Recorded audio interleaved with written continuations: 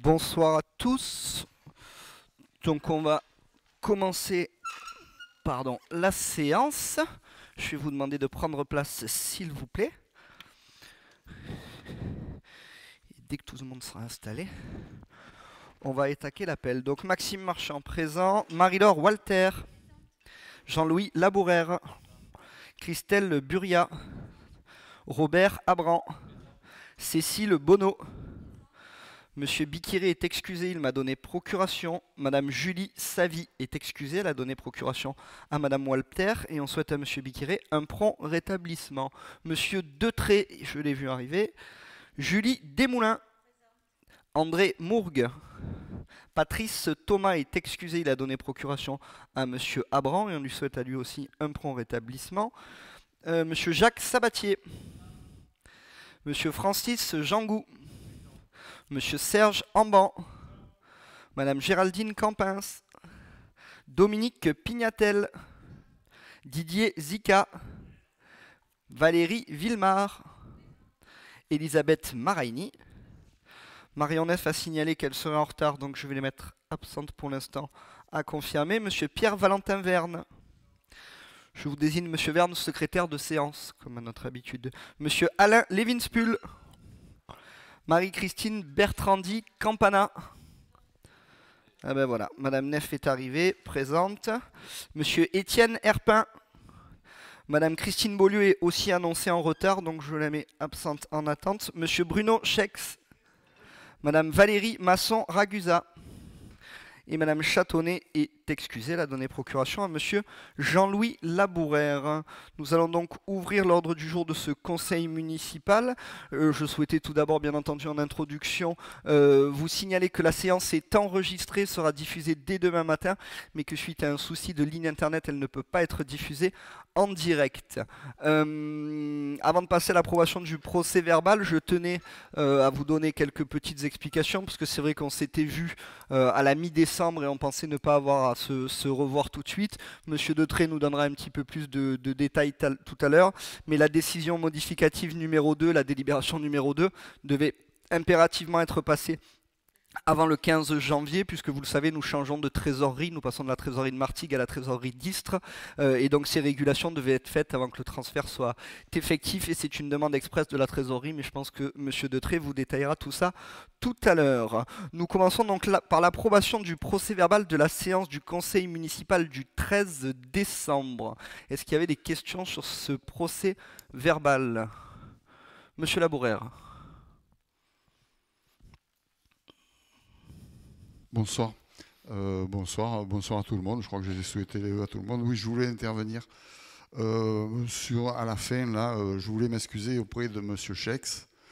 J'ai avancé un chiffre qui n'est pas tout à fait exact. C'est vrai, j'ai dit que pendant le mandat de Monsieur Chex, je prends les références 2018-2019, il y avait 6 000 euros d'alloués. Ce n'est pas tout à fait exact. En aide aux sociétois, c'est 6 065 euros pour l'année 2018 et 6 878 euros pour l'année 2019. Alors je suis allé fouiller un petit peu de partout et on arrive en additionnant les chèques accompagnement de service de 15 euros, Étienne, qu'on donne, tu sais, les chèques qu'on distribue. Donc on arrive pour l'année 2018 à 7 513 euros et pour l'année 2019, 7 978 euros. Je vous rappelle, alors sur des réalisés, 143 690 pour 2018 et 160 250 pour 2019. C'est les chiffres, vous savez, là en fin d'exercice, on arrête les comptes, on envoie tout à la trésorerie principale dont vient parler M. le maire. Donc je suis allé chercher ces chiffres auprès d'eux. Voilà, donc c'était pour donner les chiffres exacts. Et précis. Merci pour cette correction. Donc il faudra changer le montant, c'est pas 6 000, c'est 6 067, donc il faudra faire modifier là-dessus. Est-ce qu'il y avait d'autres observations sur ce compte rendu, le procès verbal, pardon, parce qu'il n'y a plus de compte rendu. On va donc passer au vote. Qui est contre? Abstention. Unanimité, je vous remercie. Nous passons donc à l'information de l'Assemblée délibérante concernant les décisions prises par le maire par délégation générale donnée par le conseil municipal. Donc vous vous doutez, vu la période, qu'on n'en a pas pris beaucoup. Concernant bien entendu les contrats de partenariat C2E, la convention avec le centre de tir à Martigues, puisque notre centre de tir historique pour la police municipale a malheureusement visé par une enquête judiciaire et a dû fermer. Donc il a fallu qu'on se rabatte sur le centre de tir de Martigues, et bien sûr le nouveau logiciel Siècle qui est utilisé par le personnel. Est-ce qu'il y avait des questions là-dessus ? Non, je vous propose donc tout de suite de passer à la première délibération qui est la modification du règlement intérieur du conseil municipal. Et je tenais de manière impérative concernant cette délibération remercier le travail énorme qui a été fait par monsieur Didier Zika en collaboration avec les services, en collaboration avec madame Ubeda. Donc je te remercie Didier très sincèrement pour ce travail qui a été fait. Je tiens à préciser, j'attendrai vos commentaires s'il y en a là-dessus, qu'on a souhaité, alors que juridiquement on aurait pu décider de morceler l'expression politique de l'opposition qui s'est elle-même morcelée, de laisser aux deux groupes d'opposition le même niveau d'expression, conformément donc au retour qui nous a été fait par la TD et donc par le juriste départemental, qui nous aurait permis de faire beaucoup moins là-dessus, ou en tout cas de faire différemment. On souhaitait garder une certaine équité. Est-ce qu'il y avait des interventions sur cette délibération ? Bien sûr. Monsieur le maire, je ne suis pas d'accord avec le dernier point que vous venez de citer, parce que nous avons fait aussi des vérifications, et donc il y avait bien la possibilité et la recommandation d'allouer le même nombre de caractères ou le même emplacement sur les communications. Mais c'est pas l'ordre du jour aujourd'hui, donc j'en discuterai pas plus. J'en reviens à la modification donc, du règlement intérieur, et j'ai une question concernant l'article 2. Vous dites que le régime des convocations, l'article L2121-10 et suivant du CGCT, vous entraîne à faire les modifications que vous avez bien mises en évidence. Et je voudrais comprendre pourquoi, parce que le dernier CGCT au 1er janvier 2023 inclut toujours ces mentions. Donc qu'est-ce qui fait que vous barrez ça ? Je parle en particulier, elle indique les questions portées à l'ordre du jour, et 2 paragraphes après, une note explicative de synthèse sur les affaires, etc. etc. Tout simplement parce qu'en fait cet impératif crée un souci jurisprudentiel sur le fait que les délibérations qui n'étaient pas envoyées avec l'alias 5 jours avant ne pouvaient pas être rajoutées au conseil municipal, comme nous avons pu le faire sur certains éléments réglementaires qui étaient portés à la connaissance à ce moment-là. Donc ça nous bloquait sur certains éléments, le but étant de séparer l'aspect convocation de l'aspect de l'alias documentaire, et qu'en fait toute convocation est faite par le maire, elle contient l'indication du jour, du l'heure et du lieu de la réunion, elle indique les questions portées à l'ordre du jour. Ça justement c'est un détail séparé, c'est donc l'ordre du jour que vous recevez, et d'ailleurs ça n'a jamais été inclus dans les convocations puisqu'on a toujours reçu une convocation d'une part et un ordre du jour séparé. Donc c'est tout simplement pour des questions juridiques qu'en fait l'ordre du jour n'est plus automatiquement annexé à la convocation, et c'est un conseil pareil des juristes de la TD13 qui nous ont demandé de travailler ainsi. Je suis quand même surpris parce que vous dites que c'est en application de l'article 21-21-10 du CGCT, or celui-ci n'a pas été modifié. Donc sur quelle base vous vous posez pour faire des modifications de ce type-là ? C'est sur une base donc juridique qui est celle qui nous dit que les questions portées à l'ordre du jour n'ont pas besoin d'être annexées à la convocation, que le régime de convocation et le régime de l'ordre du jour sont deux éléments séparés concernant le conseil municipal. Et donc c'est pour ça que nous avons supprimé ces lignes et ces mentions. Est-ce qu'il y avait d'autres éléments juridiques dans la lettre de l'ATD que je n'ai pas en tête ici? C'est bien ce que l'ATD nous a demandé de mettre à jour dans le règlement, puisqu'avant de vous présenter ce document ce soir, nous l'avons fait vérifier par leur juriste. Est-ce qu'on pourra transmettre le courrier intégral qu'on a reçu là de 4 pages à M. Levinspul avec tous les éléments là-dessus, pour s'assurer quand même effectivement de la régularité de la demande qui nous a été portée là-dessus. Donc on va quand même faire une vérification. Mais nous, quand ça a été épluché par les juristes, donc désignés à cet effet, ils nous ont bien stipulé qu'il fallait supprimer ces mentions-là, puisqu'elles s'avéraient a priori n'être plus d'actualité sur le nouveau régime des convocations, et notamment le régime des convocations dématérialisées. D'accord, dans ce cas-là, faites-nous effectivement passer le justificatif, Bon. parce que si vous voulez, on travaille sur quelque chose pour rien.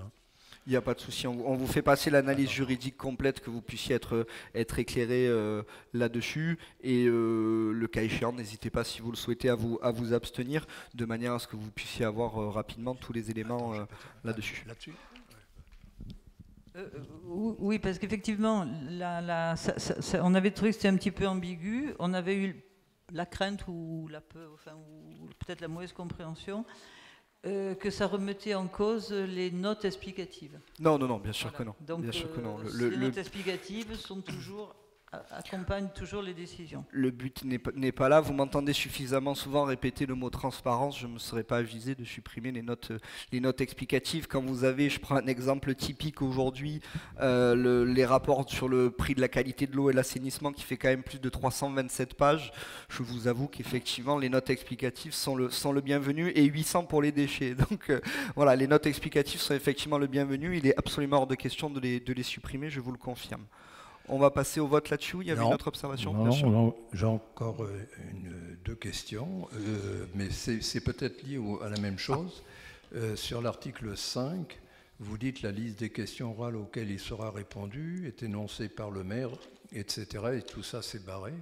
Et donc, on voulait comprendre quel était le pourquoi. C'est pour que le règlement soit en phase avec la réalité de ce qu'on fait, c'est-à-dire qu'on passe généralement les questions à la fin du conseil municipal. C'est comme ça qu'on a toujours fonctionné par usage à Saucer-les-Pins. Donc, on évite... on ne peut pas, dans le règlement, avoir une mention qui dit qu'on les lit en ouverture de séance, alors que depuis plusieurs mandatures, on l'a toujours fait en fin de conseil municipal. Donc, on a juste modifié ces lignes-là pour qu'elles correspondent à la réalité de ce qu'on faisait dans le conseil municipal. D'accord. L'article sur l'article 26, vous dites à la fin que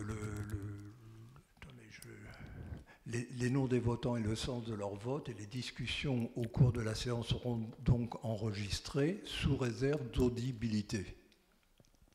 Alors ça, c'est quelque chose qui a été demandé de rajouter. Je vois que Madame Hubeda me fait des grands signes, parce que vous le savez, on est enregistré. À partir du moment où vous parlez comme vous êtes en train de le faire, et moi aussi dans un micro, ça passe par la console d'ingénierie son que vous voyez là. Ouais. Et donc c'est quelque chose qui peut être enregistré. Enfin, on entend très bien. Malheureusement, parfois, dans la vivacité des échanges, on parle sans le micro est un peu trop loin, etc.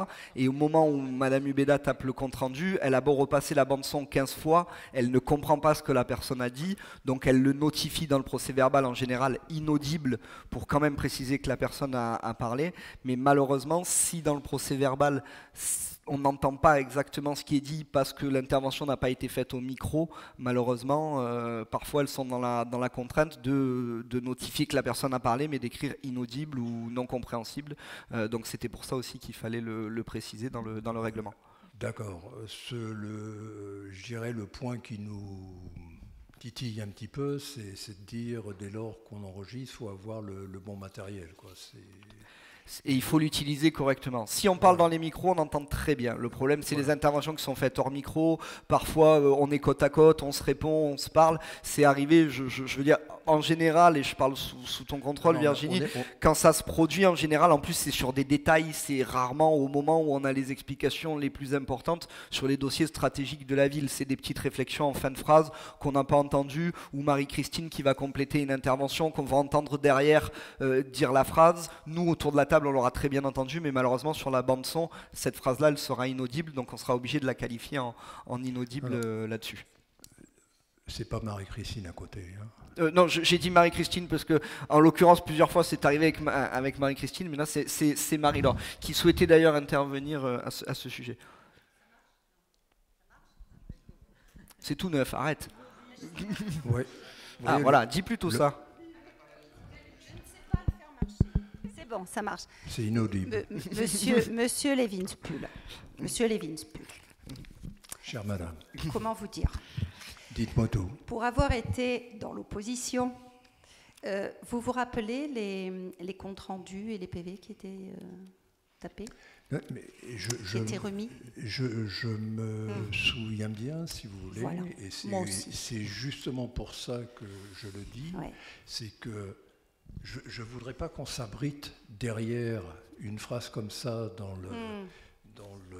ce document-là. On a tous la volonté que ça soit audible. Alors, Et donc c'est pour ça que je dis, il faut avoir les moyens, se donner les D'accord. moyens de le faire. Voilà, c'est tout. Hein. Monsieur C'est ce que Levinspul, je crois qu'on n'a jamais eu des comptes rendus aussi détaillés.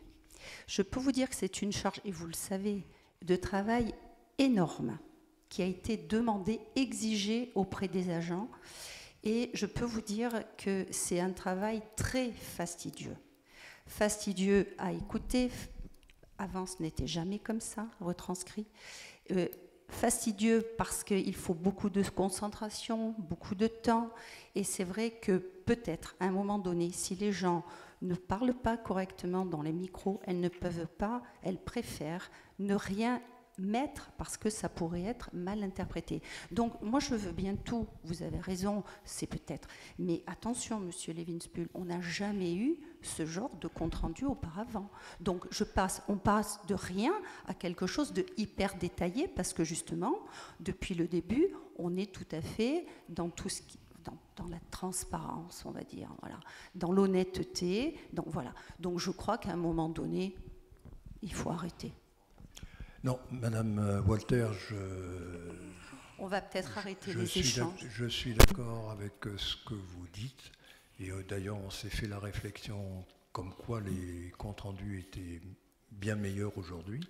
Le point, c'est est-ce que vraiment c'est nécessaire de mettre ça dans ce document? Voilà, c'était le sens de notre question. Merci. C'était nécessaire pour se couvrir juridiquement. On va passer au vote.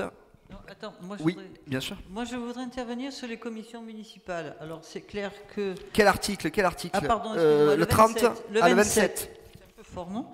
Donc, c'est vrai que le CGCT dit que le conseil municipal peut former des commissions chargées d'étudier les questions soumises au conseil municipal. Bon, je raccourcis, bien entendu. Donc, moi, je pense que ces commissions sont importantes. Alors, je souligne la commission des finances qui se réunit chaque fois qu'il y a un sujet finance. Madame Buria qui fait régulièrement des commissions environnement. Il y a eu une commission travaux, une commission travaux. Enseignement, bien sûr, enseignement, évidemment.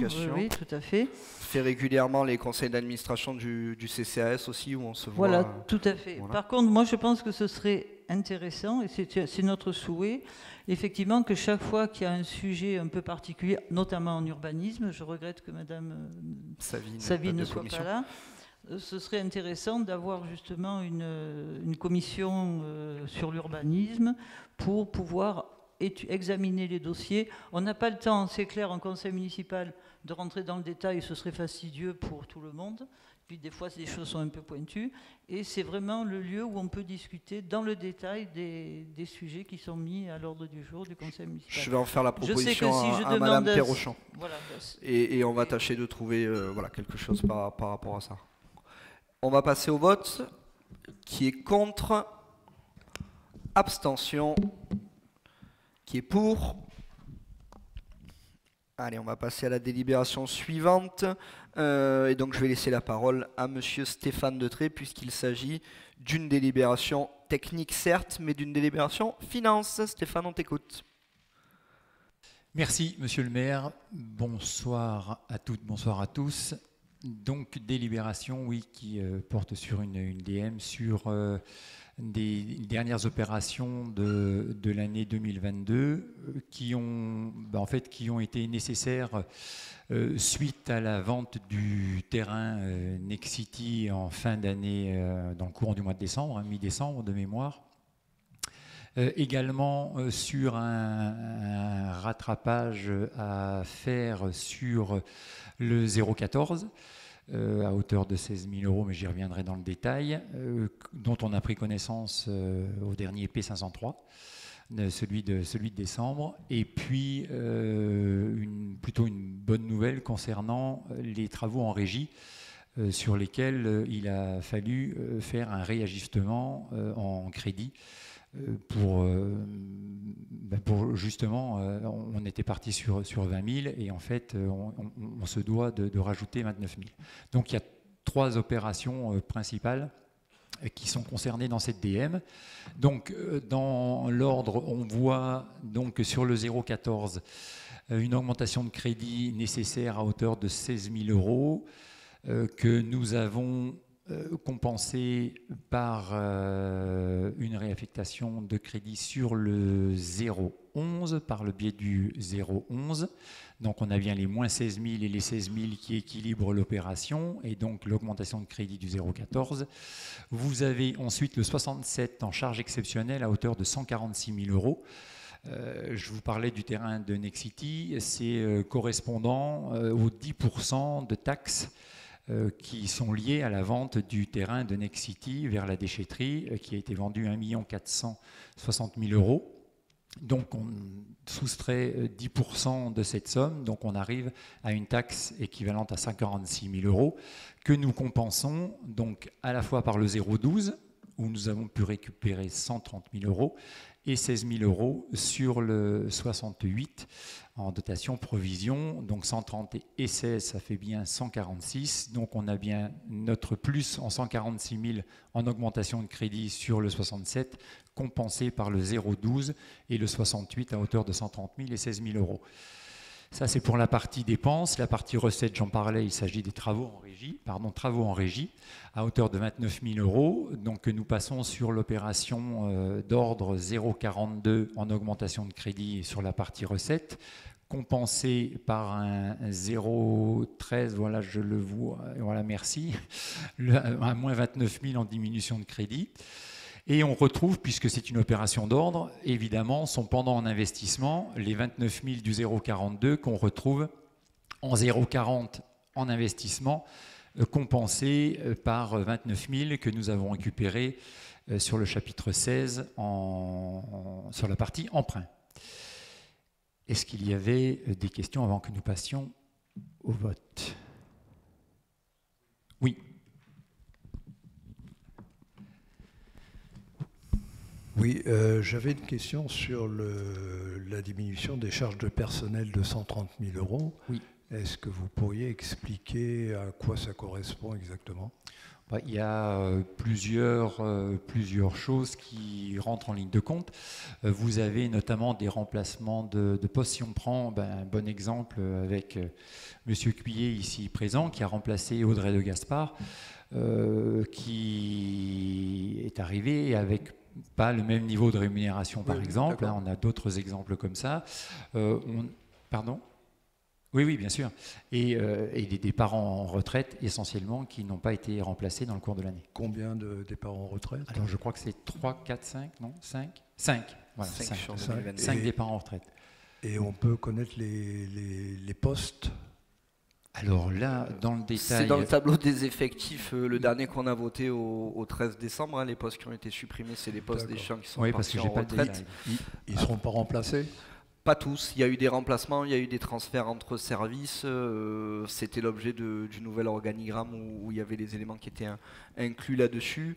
On a eu notamment des départs en retraite de policiers municipaux qui ont été remplacés par des ASVP, donc qui ont créé aussi des deltas de salaire De dont on rémunération. parlait tout à l'heure de rémunération. On a aussi en termes d'heures annuelles quasiment divisé de 30, enfin, baissé de 30% l'emploi aux vacataires. Donc on a aussi diminué cet aspect sur les contractuels, les emplois saisonniers et la prime de fin d'année aussi qui a été contractée cette année suite aux éléments de la guerre en Ukraine qui sont venus gréver le budget là-dessus. Mais on arrive en fait avec ça, au jour d'aujourd'hui, à pouvoir se permettre de faire cette opération, tout simplement parce qu'on sait déjà ce qu'on a dépensé en 0,12 sur l'année dernière. Factuellement, toutes les payes sont parties, donc on a préféré prendre dans cette colonne-là, puisqu'on savait qu'elle était, était excédentaire. Après, si vous voulez rentrer dans le détail, on pourra se voir. Bien sûr. Voilà. La question, ou ce que j'ai en tête, c'est de savoir s'il y a des remplacements à attendre sur le budget de l'année prochaine. C'est ça ma question. Sur le 0,12 ? Sur les 0,12 non, pas sur les départs en retraite de cette année qui n'ont pas été remplacés pour le moment. Ils ne seront pas remplacés l'année prochaine. Non. On est toujours de toute manière là-dessus, sur la stratégie globale qu'on a énoncée en début de mandat, à savoir une réduction d'environ entre 4 et 5 personnels par an, de manière à atteindre l'objectif cible à l'arrivée qui est 5,2 millions en 0,12 et à peu près 110 employés municipaux. Donc on est toujours sur ce rythme de réduction qui est stable et qui est linéaire sur l'ensemble du mandat. Ok, merci. Merci bien. Je vous propose donc de passer au vote. Donc, qui est contre? Qui s'abstient? Qui est pour? Merci à vous. Merci à toi Stéphane. Donc 2 éléments importants avant de clôturer cet aspect finance dont je voulais faire l'annonce ce soir au conseil municipal. Malgré mon insistance et ma pugnacité, pour la 3e fois consécutive, notre demande de dérogation a été refusée par la DGCL, malgré l'appui préfectoral et l'appui de la DRFIP. Cependant, je peux d'ores et déjà vous annoncer ce soir que cela ne met pas en difficulté l'équilibre de notre budget 2022 qui se présentera, alors on n'a pas encore les détails, mais en excédent, il y aura un excédent sur 2022.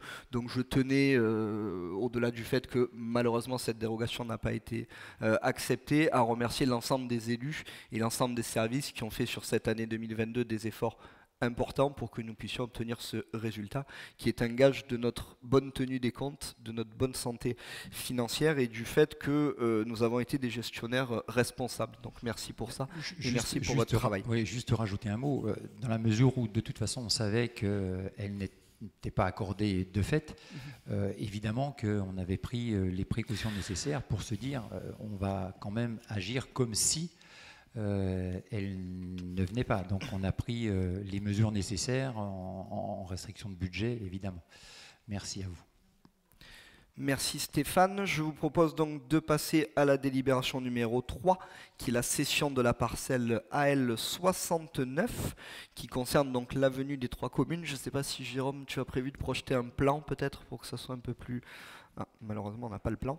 Donc vous avez donc annexé à cette décision, bien entendu, l'avis des domaines concernant la valeur vénale en date du 27 juin. Donc on est sur quelque chose d'assez récent. Donc ça concerne bien entendu toujours le projet de logements sociaux en entrée de ville, toujours les projets qui ont été menés. Donc c'est un projet que nous portons en collaboration avec la société Côte Bleue Invest, celle qui a réalisé les logements sociaux de la Villa d'Est, qui est propriétaire de la parcelle située devant ce bâtiment et qui du coup nous achète la parcelle 69 qui est enclavée, c'est-à-dire que le seul moyen d'accéder à la parcelle 69 c'est de passer par chez la personne qui nous l'achète aujourd'hui. C'est pour ça que malheureusement on n'a pas pu en tirer un prix supérieur puisqu'il y avait un souci d'accès et qu'en fait cette parcelle était enclavée. Et le dernier élément, c'est que c'est quand même une parcelle qui au PLUI avait pour destination les logements sociaux et que la préfecture avait notifié comme étant une parcelle à logements sociaux entre guillemets. Donc c'est pour ça qu'on fait une cession en ce sens qui doit permettre normalement la création de 19 logements, c'est ça Jean-Louis ? 17 logements sociaux supplémentaires et surtout, et je tenais à l'indiquer ce soir, la création de 1500 m² de centre médical et d'espace médical en rez-de-chaussée de ces logements sociaux dans le but de répondre à une demande importante de la part du corps médical sociétois et des sociétois plus particulièrement. Donc on est voilà, dans les règles et dans le cadre avec cet avis des domaines qui, je l'espère, vous l'a été fourni. Je suis un peu embêté, j'aurais souhaité vous projeter un plan. Il faudra le prévoir pour la prochaine fois. Ou si tu as un peu d'internet, peut-être Géoportail est ton ami. Non. Voilà. Donc voilà, si vous avez des questions, pardon, sur cette session. Oui, juste une petite question sur le prix que vous la vendez. Est-ce que vous la vendez au-dessus du prix des domaines? On la vend au prix des domaines, puisque vous avez la délibération à 400 000 € prix des domaines, et on prend la délibération de ce même montant. Donc on ne fait pas de moins-value dans le but de récupérer. C'est de la plus-value que j'aurais voulu que vous fassiez. Et la plus-value, pour la faire, c'est toujours compliqué d'essayer de faire une plus-value quand en fait vous avez un terrain sur lequel vous n'avez qu'un seul acheteur. C'est-à-dire qu'à partir du moment où ce terrain est enclavé et à partir du moment où ce terrain est cadré là-dessus, on le vend nous au prix des domaines pour la bonne et simple raison qu'on a trouvé personne qui nous l'achetait à un autre prix et que le seul client qu'on a entre guillemets pour ce terrain, c'est la société CBI, tout simplement parce que pour y accéder, il faut passer par chez eux. C'est ce que j'expliquais en préambule. Donc aujourd'hui, moi j'aurais aimé pouvoir dire à CBI, je vous le vends 600 000 € à la place de vous le vendre 400 000 €, mais quand j'ai fait cette proposition-là, il m'a dit non. Donc le problème est là, c'est qu'après je reconnais que pour lui aussi il doit viabiliser son projet et il ne peut pas surpayer le terrain. Par contre, il n'était pas nécessaire pour nous de faire une moins-value comme on avait pu le faire sur d'autres précédentes sessions pour, comme vous le savez très bien, baisser l'amende SRU. Étant donné qu'on a déjà donc la taxe qui a été votée notamment dans la délibération précédente qui va venir en défalcation de cette amende SRU et tout un tas d'autres éléments qu'on va défalquer, cette fois-ci on vend au taux plein et entier là-dessus. Après malheureusement plus cher, le projet en termes d'équilibre financier devenait difficile à mener puisque ces 17 appartements derrière vont recevoir des loyers faibles et donc c'est compliqué pour le bailleur derrière d'arriver à équilibrer. Aujourd'hui on est en livret à Saucé-les-Pins à peu près 4 600 € du mètre carré en locatif social. L'office HLM de Habitat 13, pour ne pas le citer, nous indique que eux, ils ont des niveaux d'équilibre de projet à 3 500 €. Donc on a quand même un delta important et il faut aussi, si on veut porter des projets sociaux, comme le préfet nous demande de le faire un certain effort sur le prix du foncier. D'accord, merci. Vous avez une idée de la date de livraison de ce programme? On va l'intégrer, nous, dans la triennale qui arrive, à la demande de la préfecture. On espère une livraison en 2025. Après, on a bien vu qu'au niveau des chantiers, en ce moment, les problèmes de rupture d'approvisionnement, de choses comme ça, il valait mieux prévoir plutôt large. Mais on est bien sur cette prochaine triennale 2023-2026, sur une livraison effective de ce programme. D'accord. Juste un point, j'ai oublié de poser la question à Stéphane, mais vous l'avez mentionné. Quel est le montant de la taxe SRU aujourd'hui? 440, c'est ça Steph? 448 Et juste la SRU, 412 000. Après, il y a l'AC négative à 168 000, donc on est à 500, presque 600 000. Presque 600 000. Oui. Juste la SRU, 412. Oui. Que l'aspect SRU. L'AC, c'est l'aspect métropolitain, c'est autre chose. Attribution de compensation. Je vous propose donc de passer... Allez-y. Oui, donc, écoutez, moi, nous avons bien vu le projet et nous nous félicitons de ce projet qui est effectivement le nôtre et sur lequel nous avions commencé à travailler, qu'on n'a pas pu mener à bien parce que justement les logements n'étant pas livrés, il y avait des problèmes de droit de passage. Mais effectivement, on avait prévu des logements sociaux sur tous les terrains qui étaient en arrière. Est-ce que vous avez prévu du BRS, non ? Non, le BRS reste sur Next City. Là, on est sur une opération de logements sociaux en intégrale avec, a priori, le bailleur sera Famille et Provence. On est aussi très content de voir arriver un centre de santé que nous avions prévu aussi sur une autre parcelle, mais qui était aussi dans nos projets. Alors, après, j'avais une autre question, c'est la dernière. Dans la délibération, dans cette délibération de session, il est prévu 34 logements. Et dans la délibération suivante, j'anticipe un peu, c'est pas grave, il est prévu 30... Non, attendez. Dans cette note, il est prévu 51 logements. Et dans la délibération sur les permis de construire... 52. C'est 52. Donc là, je ne sais pas où est la vérité.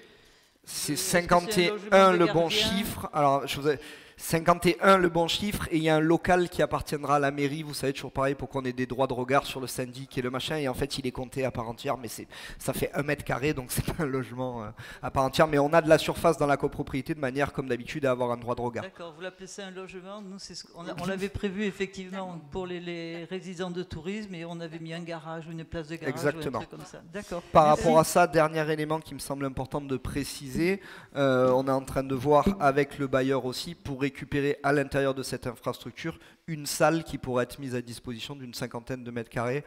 On n'a pas encore les éléments de détail là-dessus, mais M. Laboureur y travaille avec assiduité. Monsieur Chex, vous souhaitiez intervenir? Oui. Juste par rapport à l'intervention de Mme Campana, il y a les Yaka et Faucon, et puis nous, il y a des choses que l'on dit et que l'on fait.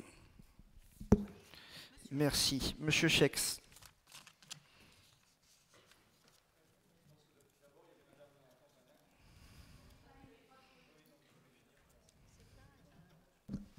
Moi, ce que je voulais dire, c'est que c'est pas Yaka Faucon, on avait travaillé dessus, on avait un projet, et vous savez très bien que la vie politique étant ce qu'elle est, on n'a pas pu mener à bien nos projets, c'est tout. Monsieur Chex. Bien. Donc je vois que l'année 2023 n'a pas apaisé ce que l'on pourrait avoir apaisé. Donc je vous remercie de considérer que l'opposition peut s'exprimer comme vous le faisiez quand vous étiez dans l'opposition, et qu'il n'est pas nécessaire d'être agressif à chaque fois quand on fait des remarques. J'ai vu par exemple que la remarque que j'avais faite au dernier conseil municipal sur l'électricité, où je m'étais fait moquer, a été reprise par votre majorité. Bravo, reprenez nos idées quand elles sont bonnes, et vous voyez qu'on peut aussi en avoir. Donc, mais ce n'est pas la peine de se moquer de ce qu'on dit, ça nous fera gagner du temps, et ça nous permettra et ça nous donnera envie d'aller au conseil municipal. Si c'est pour se faire démonter à chaque fois, ça n'est pas comme ça que le débat doit être. Premièrement. Deuxièmement, évidemment, sur cette délibération, je reprendrai les réflexions qui ont été faites par M. Levinspul sur le montant de cession. Donc ce n'est pas du Yaka Faucon, mais j'aurais apprécié une cession à un prix supérieur au domaine. Et que dire sur le pôle santé? Je me rappelle de tracts, je me rappelle de propos sur le fait que... Vous continuez de penser que c'est un pôle santé que vous nous avez proposé, que la société Electrum... C'est un pôle santé. D'accord, c'est cette vente que la justice a cassée, pour laquelle donc, ça a été déclaré comme illégal. Vous me laissez terminer, s'il vous plaît. Donc, sur ce que je vous dis, on considérait qu'à l'époque, vous considériez qu'à l'époque, cela allait casser, je crois, la dynamique du village. Bien sûr. Qu'il fallait. Et donc, bien sûr, et là, moi, je ne porte pas un projet avec 3000 m² de commerce et 1000 m² de médical. Je porte 1500, juste la partie médicale. J'ai laissé tomber la partie saucé shopping que vous appréciez tout particulièrement. Non. Mais vous inquiétez pas, on aura l'occasion d'en reparler. On en aura bien l'occasion d'en reparler. Et donc, je constate que ce pôle santé que nous appelions de nos voeux va être réalisé. Donc, j'en suis heureux. Mais je pense que ceux qui vous ont fait confiance vont être surpris parfois de ces différents projets béton qui sont en train de sortir. Ah là là, les centres commerciaux sont devenus des centres médicaux. Mes chers amis, on va passer au vote. Qui est contre? Abstention. Pour? Je vous remercie. Nous passons donc à l'autorisation du dépôt de permis de construire sur la parcelle AL 69, donc qui est annexée à la délibération précédente. Qui est contre? Abstention. Unanimité. Ah pardon. Qui est contre? Abstention. Unanimité. Pour. Excusez-moi, je m'embrouille. On va y arriver. Et nous passons donc à la délibération suivante, qui est la création d'une chambre funéraire et donc un dossier d'aménagement et de modification d'un établissement recevant du public a été déposé en sous-préfecture d'Istres. Et donc je laisse la parole à Monsieur Abran qui va nous décrire cette délibération.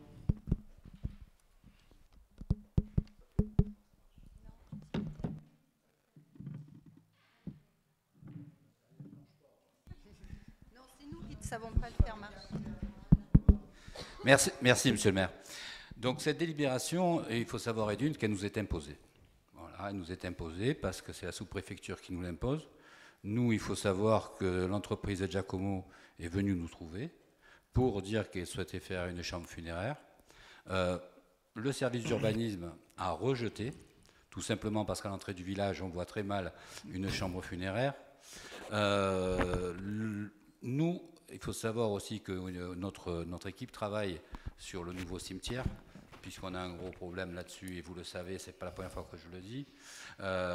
Monsieur le maire, avec son équipe et l'urbanisme, essaye de trouver des terrains en haut de l'Ariano, où il y avait le chenil, pour essayer de... Je ne me trompe pas, hein, monsieur le maire, c'est exact. Ça, voilà, pour essayer de trouver la place qu'il nous faut pour pouvoir implanter ce nouveau cimetière.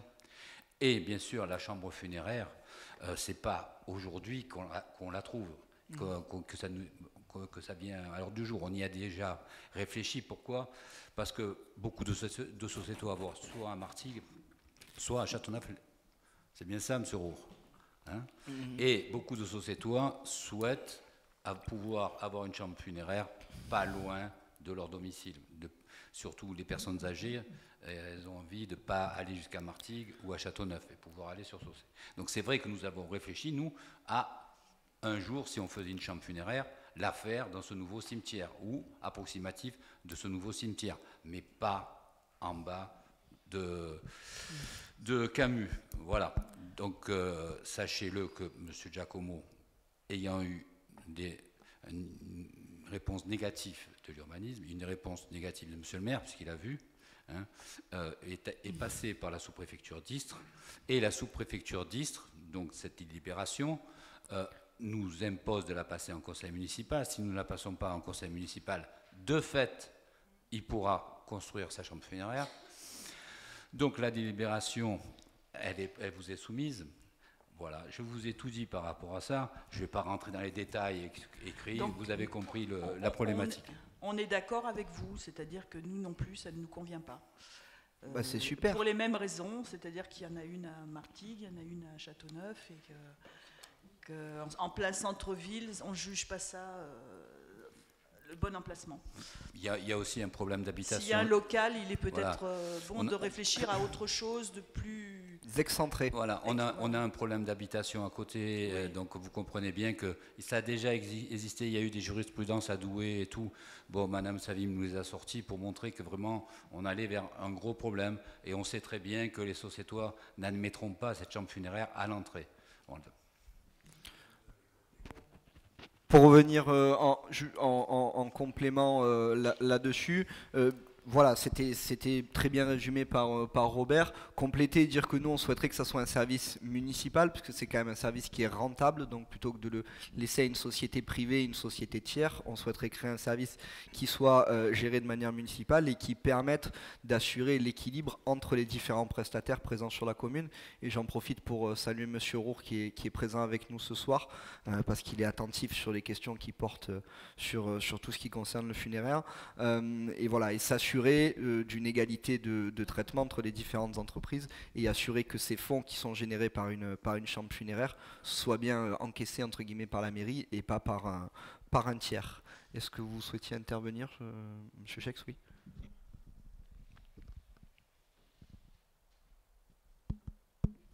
Donc je vous remercie pour ces précisions. Bien évidemment, en préparant le conseil municipal, j'avais été étonné par cette délibération, pour ne pas dire autre chose. Et je vous rejoins sur le fait que pour les Saucétois, il peut être important d'avoir un lieu de recueillement. On sait aussi que l'EHPAD a heureusement fait plus qu'il ne devrait. puisqu'ils ne sont pas obligés d'avoir une chambre funéraire et un lieu de recueillement pour les familles. Et ils l'ont fait depuis 5 ans, heureusement. Et c'est un service qui est aussi apprécié par les familles. Et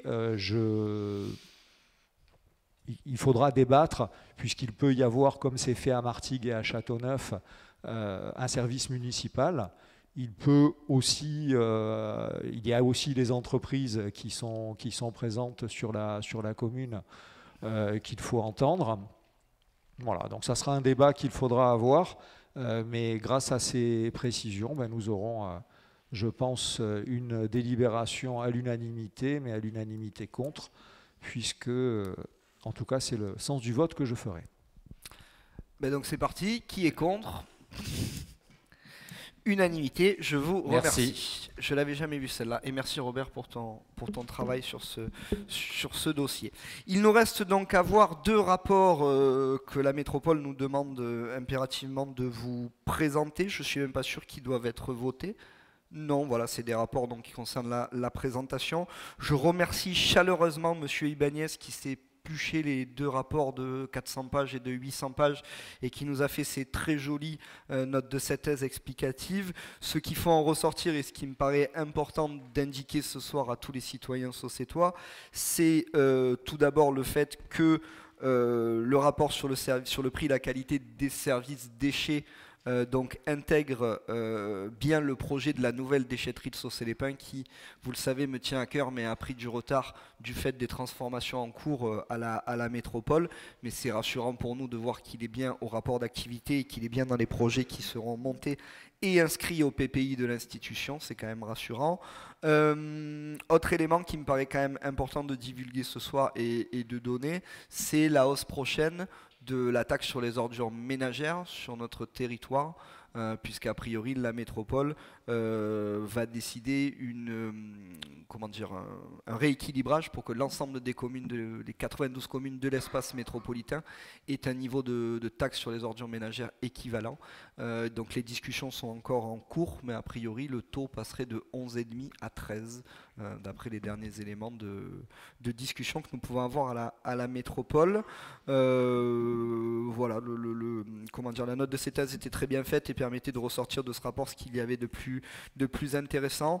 On se rend bien compte quand même, et je tiens à le dire parce que ça me paraît important de le souligner, que si hier ou par le passé l'incinérateur et la gestion des déchets sur l'ancienne communauté urbaine avaient pu être montrés du doigt par certains, on se rend bien compte qu'aujourd'hui qu'on a créé la métropole et qu'on est rejoint par Aix, par Salon et par toutes ces autres collectivités, que finalement, 10 ans plus tard, on a un outil qui permet de générer une quantité de CO2 qui est beaucoup plus faible que ce que peuvent faire nos voisins, parce qu'aussi surprenant et hallucinant que ça puisse paraître quand je le dis, quand vous jetez vos poubelles à Aix, elles sont encore enfouies dans une décharge. Comme on le faisait il y a des siècles, les poubelles des Aixois sont enfouies dans des décharges, les poubelles des Salonnais sont enfouies dans une décharge, les poubelles des Martégots sont enfouies dans une décharge au Laurent, à la côté de laquelle passe la route, que vous avez peut-être déjà constaté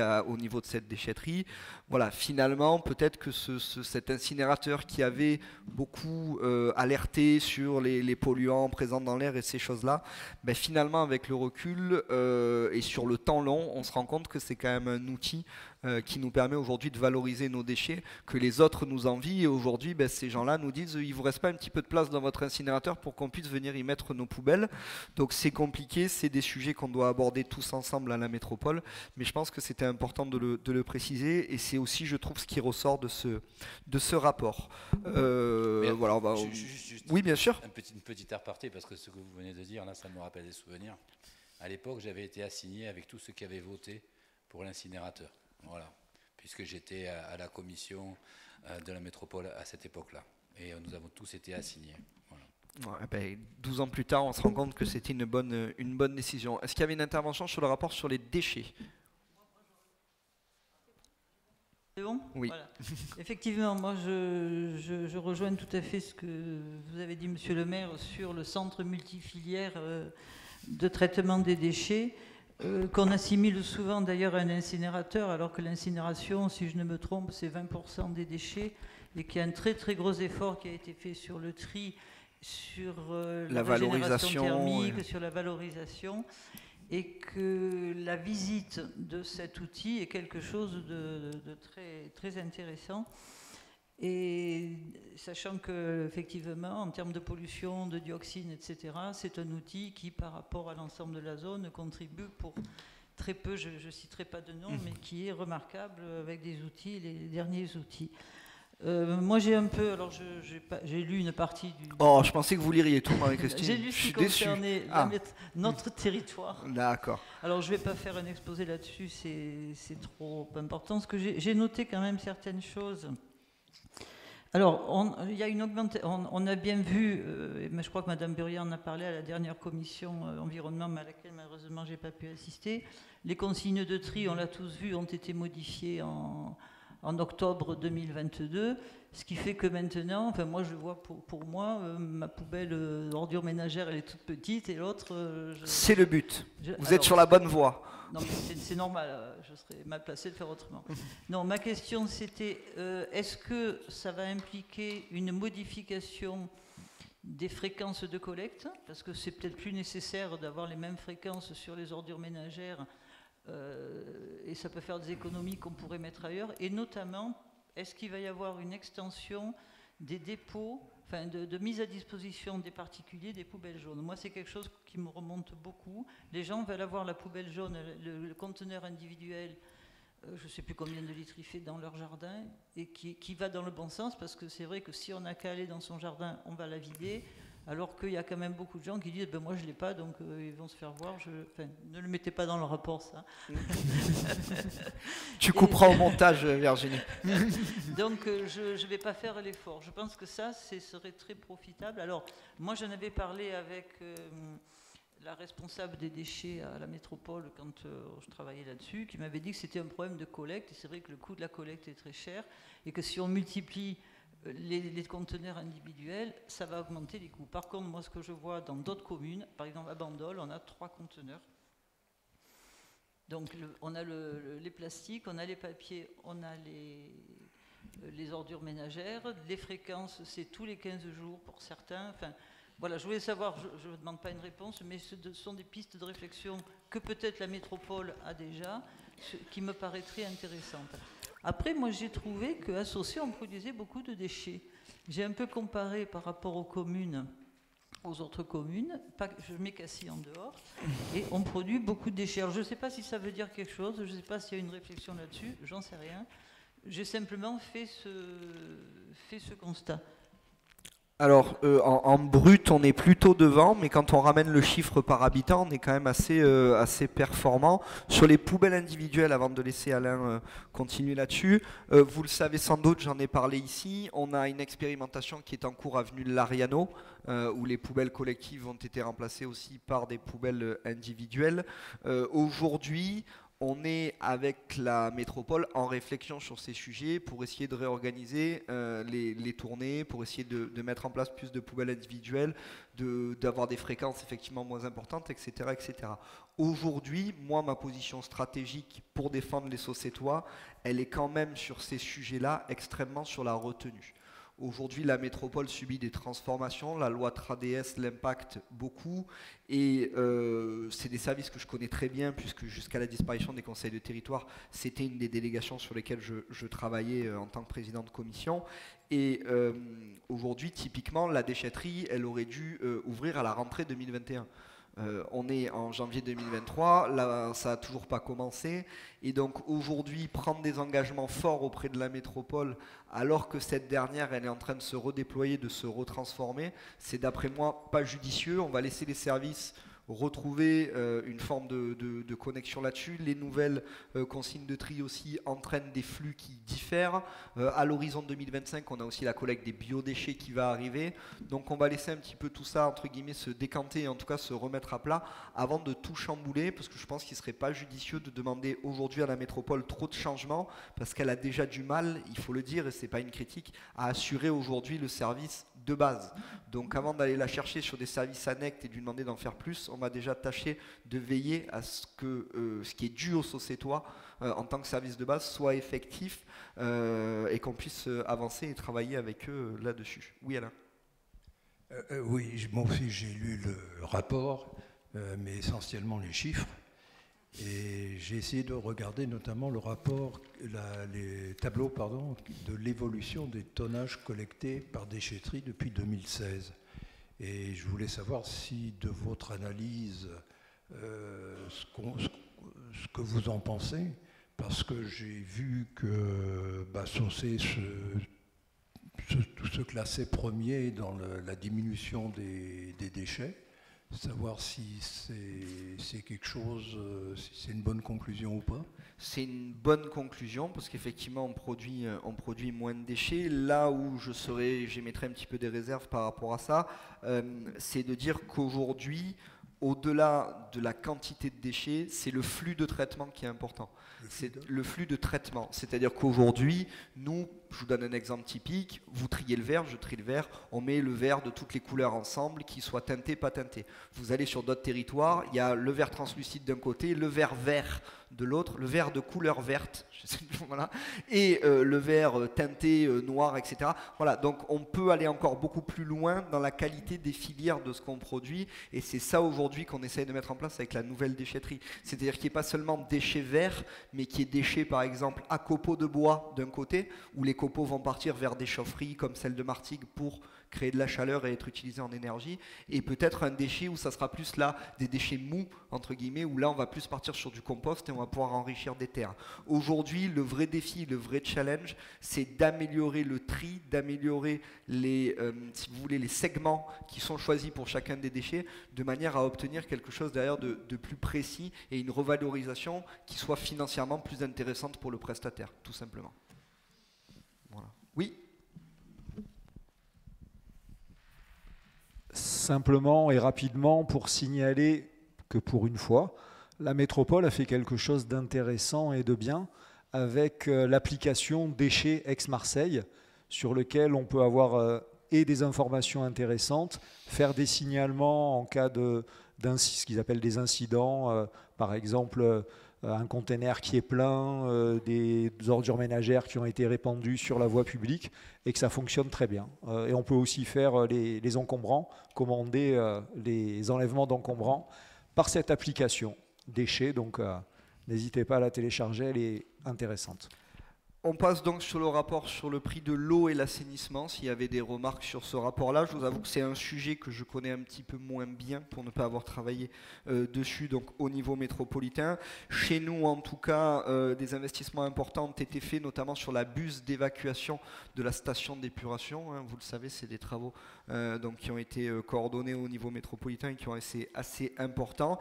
Et nous avons bien entendu les travaux de remplacement des canalisations, secteur Pasteur, Bastide, et qui a aussi été fait sur le éolienne Nord-Brulot, et on a aussi en ce moment un changement qui est fait c'est Henri Cochet, donc au niveau du Grand Valat, sur le remplacement de ces anciennes canalisations, sur des investissements toujours importants sur notre commune, et sur le partenariat donc, que nous avons avec la Société des eaux de Marseille, la SEM.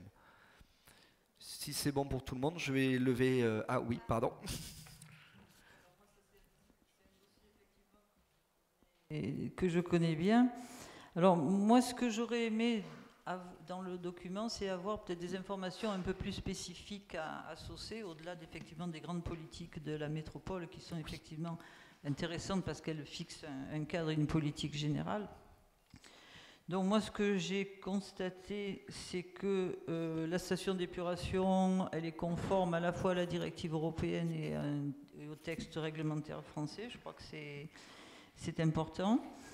On a toujours des pertes d'eau sur Saucé et sur la métropole qui sont non négligeables, mais la métropole a mis en place un plan spécifique de lutte contre les pertes d'eau potable. Donc ça, je crois que c'est intéressant de le souligner, ainsi qu'un plan de lutte contre le vieillissement des électromécaniques qui est important.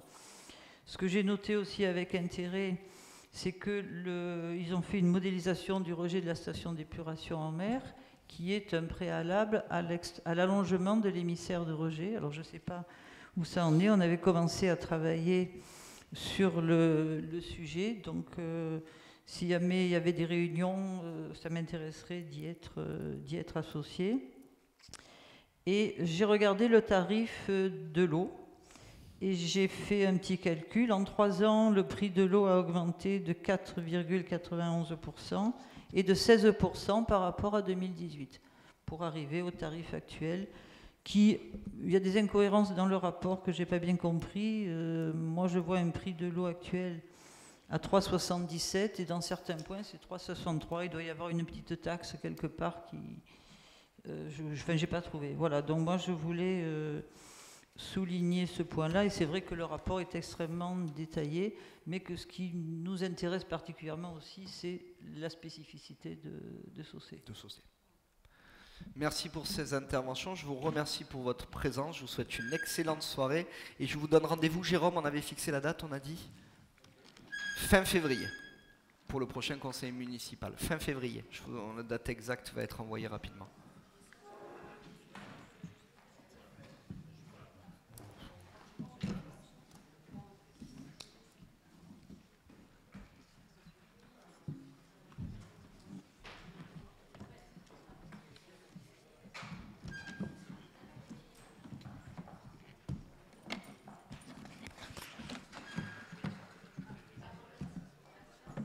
La séance est levée. Pardon.